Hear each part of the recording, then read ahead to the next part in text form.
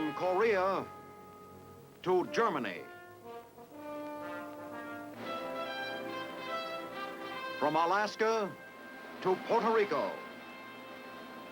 All over the world, the United States Army is on the alert to defend our country, you, the American people, against aggression. This is The Big Picture, an official television report to the nation from the United States Army. Now, to show you part of the big picture, here is Sergeant James Mansfield. Recently, the Army authorized another battle star for the Korean War, the third winter campaign.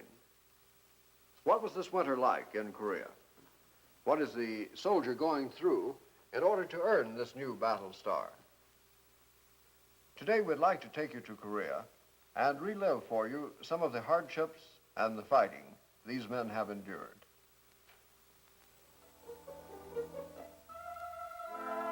This is the front line in Korea. These mountains are the backdrop for the fighting here. They're swarming with Chinese and North Korean troops. They make a beautiful picture from a distance. In the shadow of these impressive mountains stretching along the entire length of the front are the hills, the bitterly contested hills you read about in the newspapers. These are the strategic positions we must occupy or keep the communists from occupying if we're to hold them and block any large-scale drive to the south. They're desolate hills. Their slopes are scarred and pitted from constant shelling. Every sign of vegetation has been obliterated. This is where our frontline troops live and work.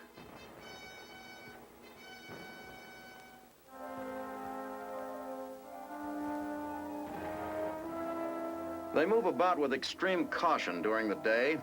They're under constant observation by the enemy and within range of his guns.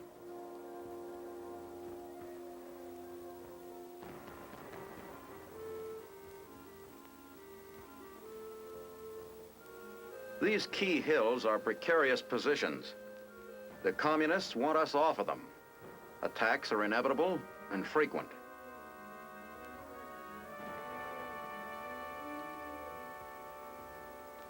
To hold these positions, our men are forced to dig in, building deep trenches so they can move around unobserved and barricading themselves in underground bunkers to escape the long nightly shellings.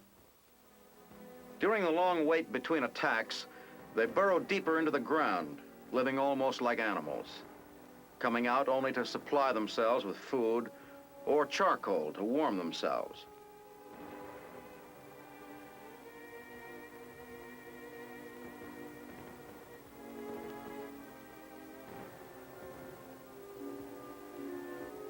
They use charcoal because it doesn't smoke. That's important when you're living in a poorly ventilated bunker.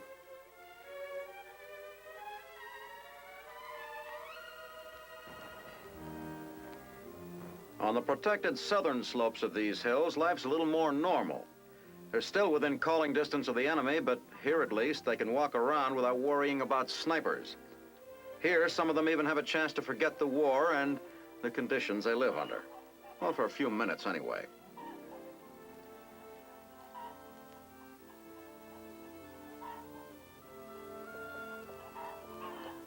The chickens were the Sarge's idea. He picked them up back in Seoul. It was supposed to be a gag on the old man, because he was always complaining about eating powdered eggs. The sergeant wasn't thinking of keeping them. That was our idea. We even gave them names. The rooster is Big White Feather.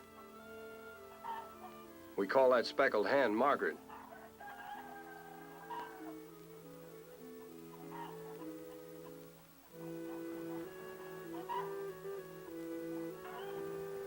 We feed them the same things we get, mostly sea rations. And they love it. Nobody can figure it out. They seem to thrive on it.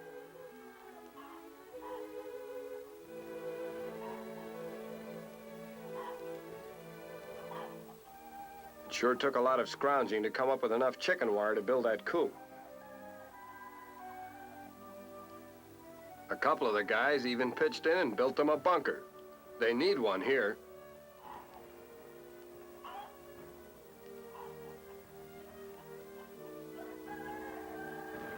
You know, it's funny about those chickens. They've been under fire almost every night, and it doesn't seem to bother them a bit. Maybe that's why we like to have them around. If they can take it, we ought to be able to.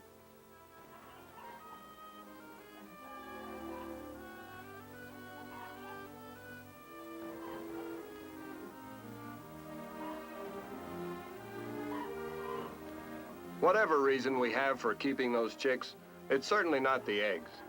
We only get 2 or 3 a day, and they wouldn't go far with a couple of hundred guys. The way it works out, the one that happens to be taking care of them usually gets the eggs.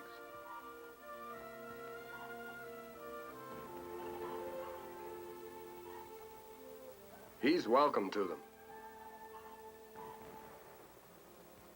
Our cooking facilities on the hill aren't so good. We usually let the chickens run around loose during the day. Everybody gets a kick out of seeing and hearing them. We lock them up at night before the commie shells begin coming in. We've been lucky so far. We haven't lost a one.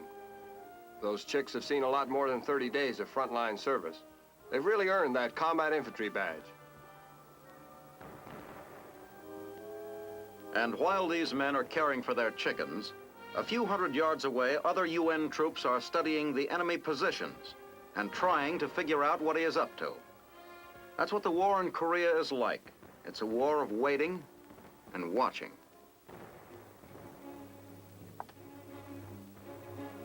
The patrolling goes on constantly, probing and testing the enemy, harassing his weaker positions. There's sporadic fighting, but it's mostly skirmishing or jockeying for position.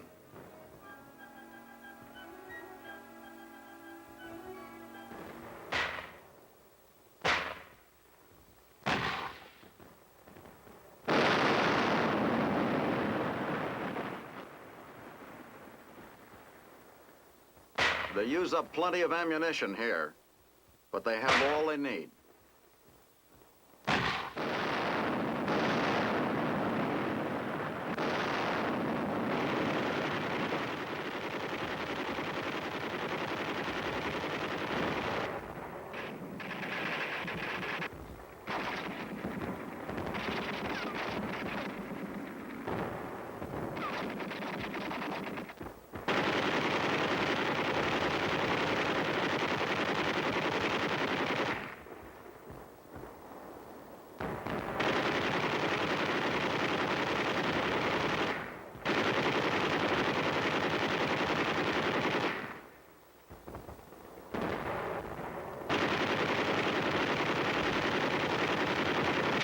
Our forward observers keep a close watch on the enemy lines, reporting any suspicious activity.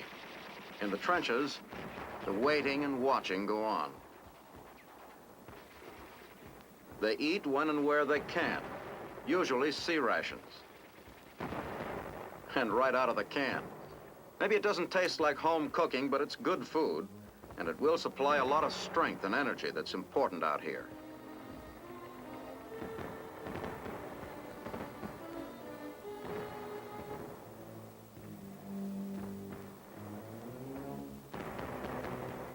If there's no fighting going on, the men at the front get at least one hot meal a day. It's prepared in kitchens in the rear and brought up in insulated containers.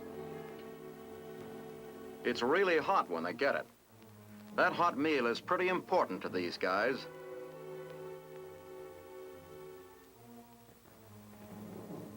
And often they'll get it even when there is fighting. Every effort has been made all along the way to supply frontline troops with hot meals. They're tasty, well-balanced meals and carefully prepared.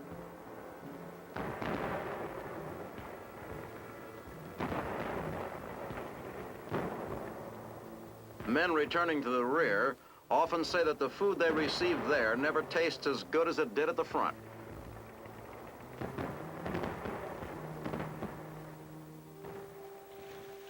There are some things you have to do no matter where you are, and they're no more pleasant at the front than they are anywhere else. Here's how one frontline unit solved its laundry problem.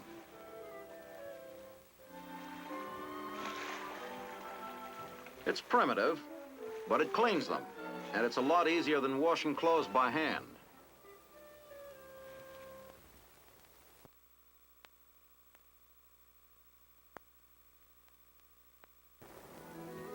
The same American ingenuity is put to work in taking care of the dental needs of the men at the front. Normally, these men would get their dental treatments in the rear area.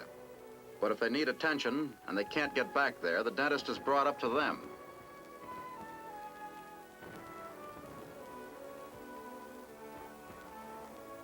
It's a lot easier for American troops in Korea this year. There's not as much pressure on them.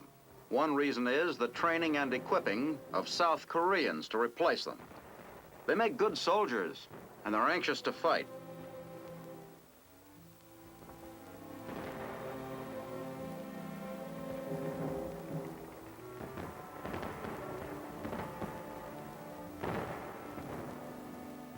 Their casualties have been heavy.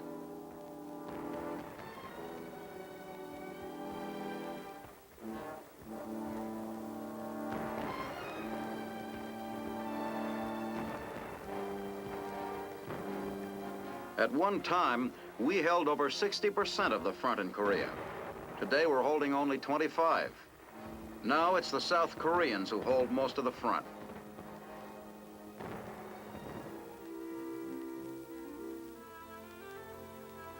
Less pressure on our troops means less time they must spend in the front lines. It means they'll spend more time in reserve. And when they are in the line, it means they'll be able to get away more often for R&R. That's rest and rehabilitation.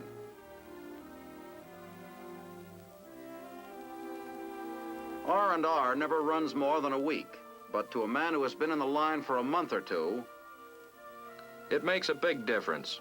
You can take it just so long, and then you have to get away. It's not that there's anything in particular you want to do. I guess it's just the idea of getting away from the trenches and bunkers for a while. You find yourself dreaming about things like sleeping in a bed between sheets, eating what you like, or just seeing new faces. Something like having a hot bath suddenly becomes very important.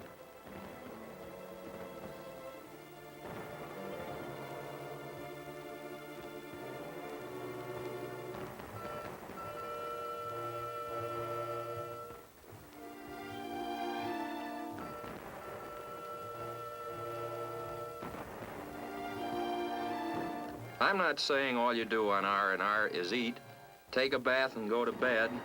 There's a lot to do in Tokyo, things you can't do out here. Before you know it, your R&R is over and you're reporting back. It's not exactly like coming back home.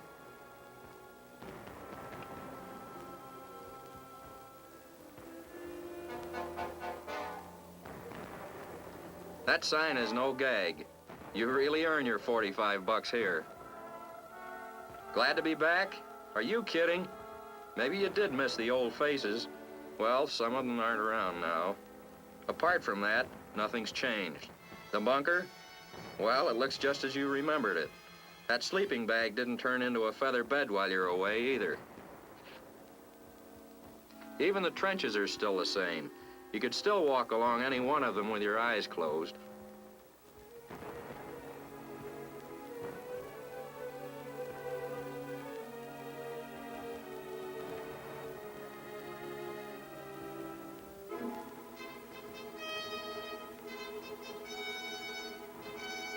A few hours after you get back, you're out on the hill again.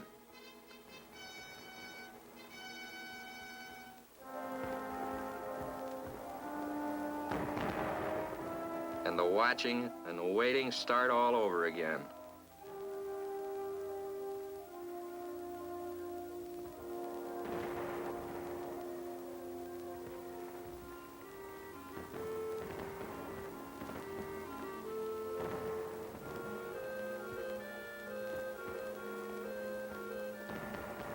You take a few pot shots to break the monotony, and it's just like you've never been away at all. a man does a lot of climbing in Korea. It's tough on the back and legs, particularly when you're lugging a piece of heavy equipment. It's even worse in the winter. Here's how one unit handled the problem. It's only a couple of 100 yards to the top from here.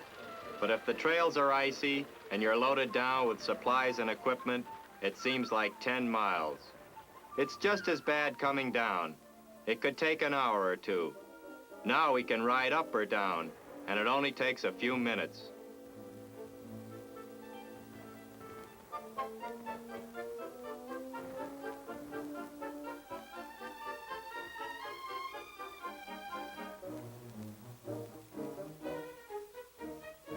It only took the engineers a couple of weeks to set up our tramway. They could have done it faster, but they had a lot of salvaging to do to get the stuff they needed to build it.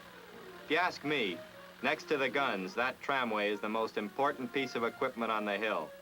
It's the only way of getting our wounded down without shaking them up pretty badly. Some of our guys owe their lives to that tramway. Speaking of wounded, here's a machine that saved thousands of lives in Korea. It can go anywhere, and it does.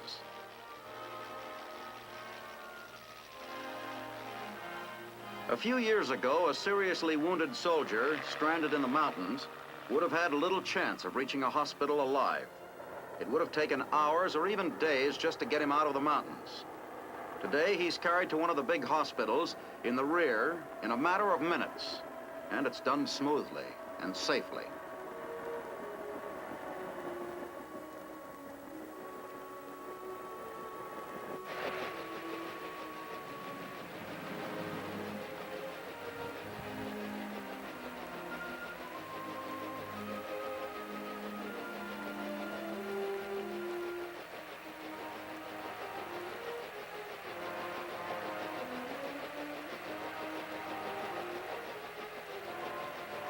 Today, a soldier can get to a hospital in Korea as fast as he could if he were at home.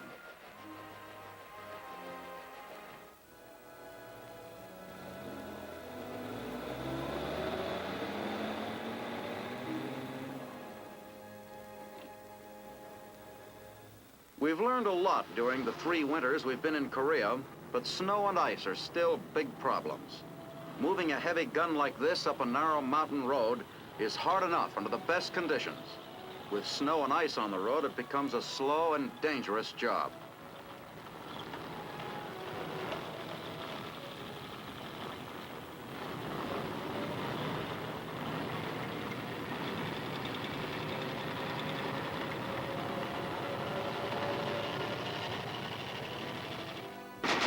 Weapons are twice as hard to maintain in the snow, but the fighting goes on as usual.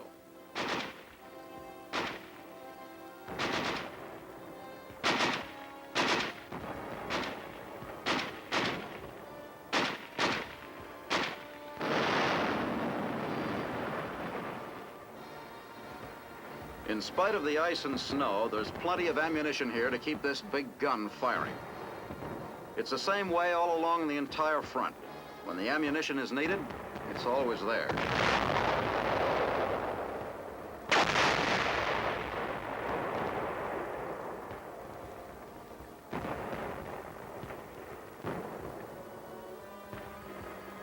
Winter makes patrolling doubly dangerous, but the patrols continue to go out.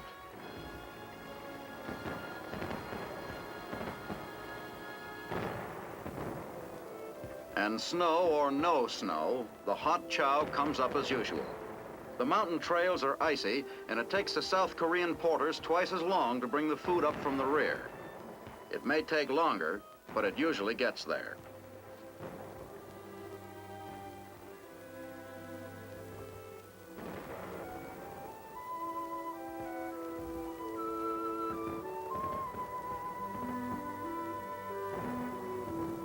These men look forward to that one hot meal a day. The colder it is, the more important that hot meal becomes. They appreciate it when they get it.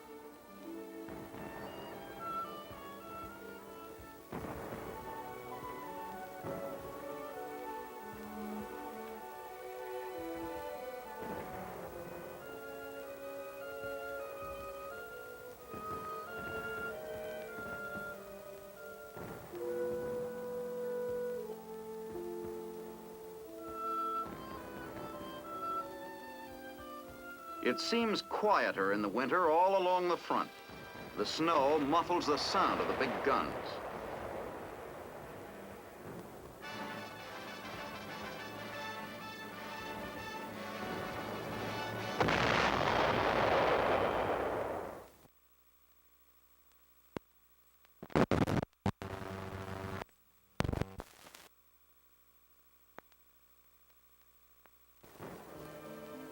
A Chinese prisoner is brought in.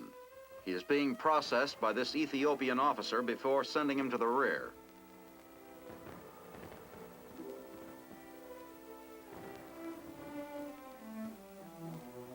With the help of an interpreter, he's carefully questioned. He can supply valuable information on the plans and disposition of enemy troops.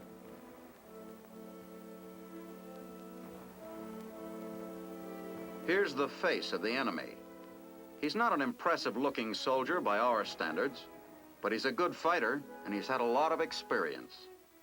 Thanks to the Russians, he's also well-equipped and well-trained. Here's another aspect of frontline life, and it's an important one. These men don't get entertainment very often, and when they do, they really appreciate it. It doesn't really matter what it is.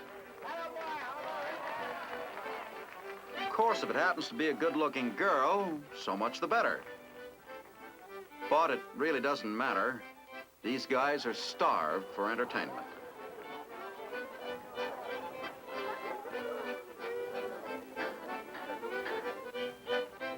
Through the USO, show people from Broadway and Hollywood are regularly brought to Korea to entertain the men.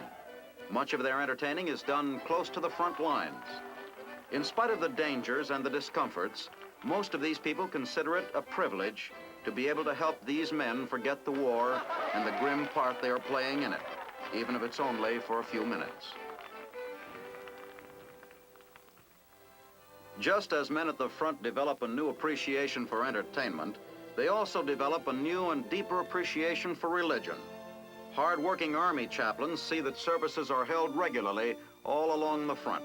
These men take their religion seriously. Some come from religious homes, others just picked it up in the trenches.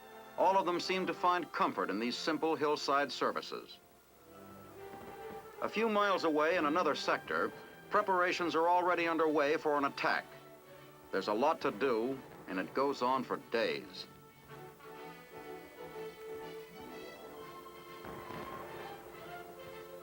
The plans for the attack have to be carefully studied. Every piece of equipment must be gone over and put in perfect running order. If anything has to be repaired or replaced, it must be done now. Once the attack begins, mechanical failures can be disastrous.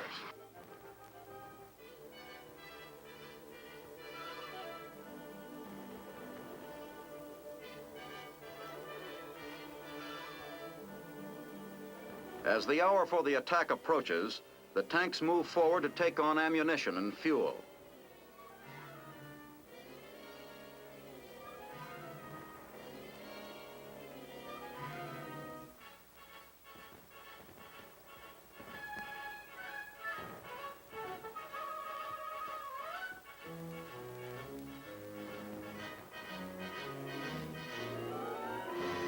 Early one morning, the rocket launchers move in and lay down a barrage.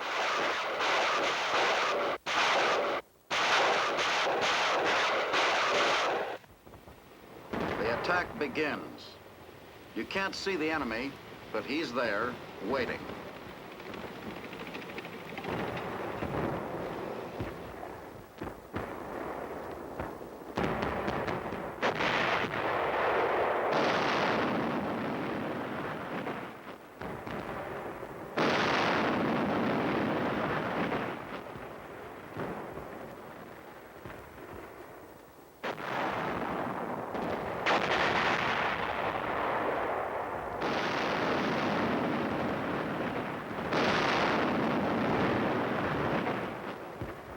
Infantry troops move up in the wake of the tanks.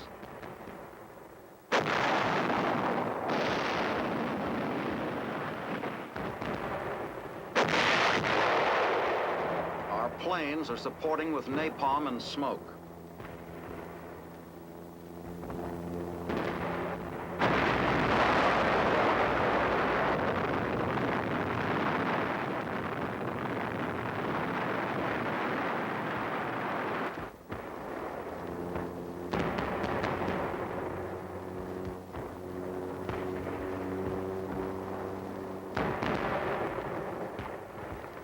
We reach the hill, and now the infantry takes over, fighting every inch of the way.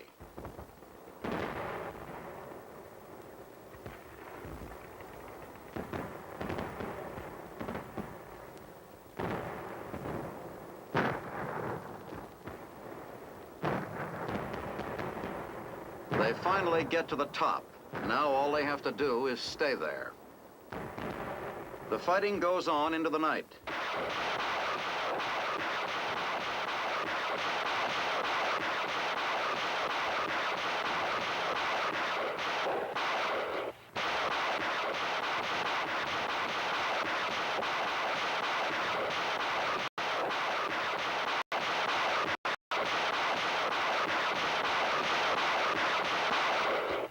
And into the next day.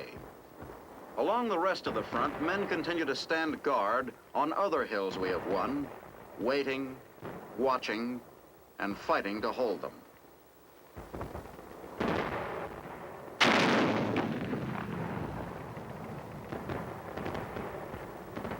They've been doing it for 3 years.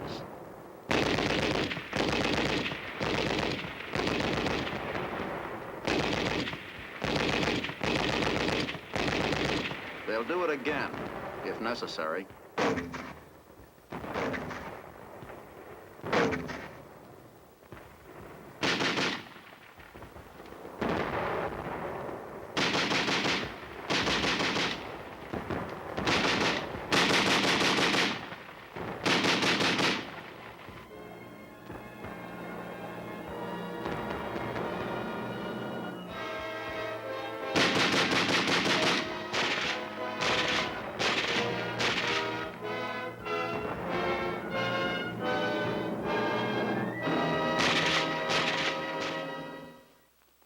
The history books will mark the Third Korean Winter as just another campaign. But for the men who fought there, the fighting men, it has been an experience not easily forgotten. Next week, you will have a chance to see what the U.S. Seventh Army is doing in Europe to prevent a repetition of Korea. The Big Picture is a weekly television report to the nation on the activities of the Army at home and overseas. Produced by the Signal Corps Pictorial Center. Presented by the U.S. Army in cooperation with this station.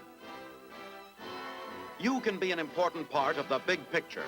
You can proudly serve with the best equipped, the best trained, the best fighting team in the world today, the United States Army.